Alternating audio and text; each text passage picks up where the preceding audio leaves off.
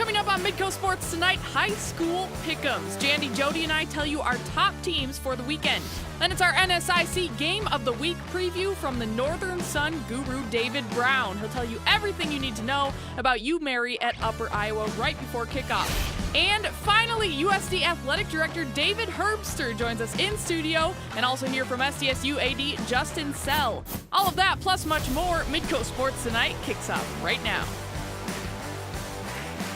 Evening and happy Thursday, everyone. I'm Kelly Stewart, and this is Midco Sports Tonight. Well, it might have taken an extra frame to get there, but regardless, a win is a win. Augustana University defeated Bemidji State in OT over the weekend. And to talk a little more about that win and the weekend ahead, here's Carla Metz with Coach OJ. All right, Coach. Well, a very hard-fought but exciting win against Bemidji State. You beat them 30-27, and like I said, it was exciting because you had to go to overtime to do that. So just, first of all, what was your initial reaction after that game winning? A little bit of relief, actually. The way the thing all kind of came together was just a different sort of game in the last 6 minutes, last 5 minutes of that contest. But I was also really proud of the perseverance in our kids and just how the grit they showed during those last minutes and really for the whole game. They never stopped fighting and they always believed they were going to win. So that's, as a football coach, about as good as it gets when you have that belief in your kids and they have that belief in one another. So it's a little bit of relief, but also just it was a good contest, and we played really, really well. And then let's talk a little bit about that final series. Kyle Sadler goes 70 yards in 6 plays.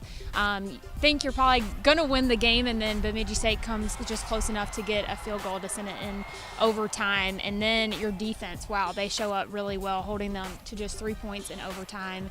And then you've got Ryan Bradbury, who just dominates just about every play that you give him in overtime. You got to be pleased just with how your team handled that whole situation. Absolutely, and I think you hit it first. It started with defense. Our defense was good all day. I think they forced 11 3-and-outs on the day and held them to 250 yards, and 2 of those were on 70 yards. And when it needed to make a play, our defense stood up and made plays, got off the field, flipped field position, made it happen, especially in overtime, held them to a field goal and give us a chance to get a touchdown and win the game on the second possession. So it really started there. Offensively, having the composure, with a freshman quarterback step in, and some other players stood up and made plays for him and with him, and then just in overtime running it 3 times and getting the win is special. I mean, those I've had too many overtime games in my days already, but they're special memories for these young men, and to come out on top is a good way to build. Yeah, and I mentioned that Kyle Sadler was in, most of the second half, and just a little update on Ryan Rubley. Is he doing all right so far at this point in the week? Yeah, he is. Yeah, he had an ankle sprain. It wasn't a high ankle sprain.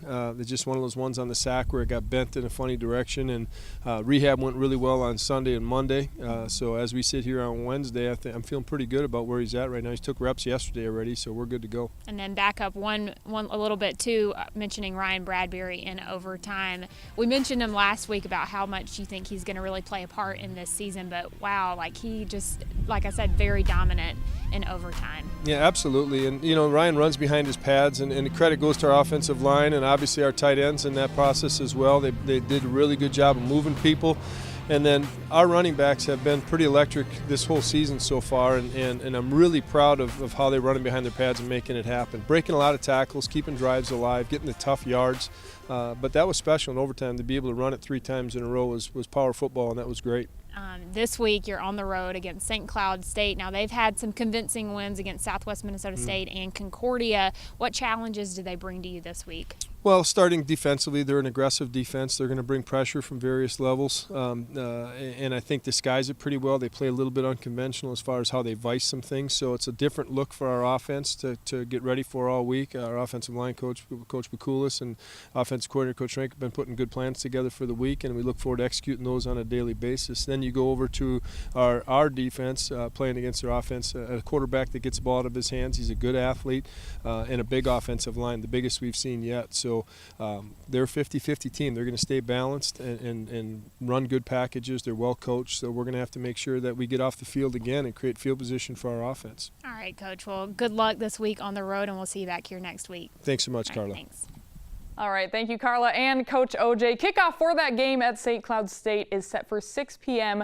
on Saturday. When we come back, a high school running back in North Dakota that has already surpassed the 1K mark in yards through 4 games. It's a Ben Hogarth feature coming up next. Midco Sports Tonight, presented by Avera Orthopedics.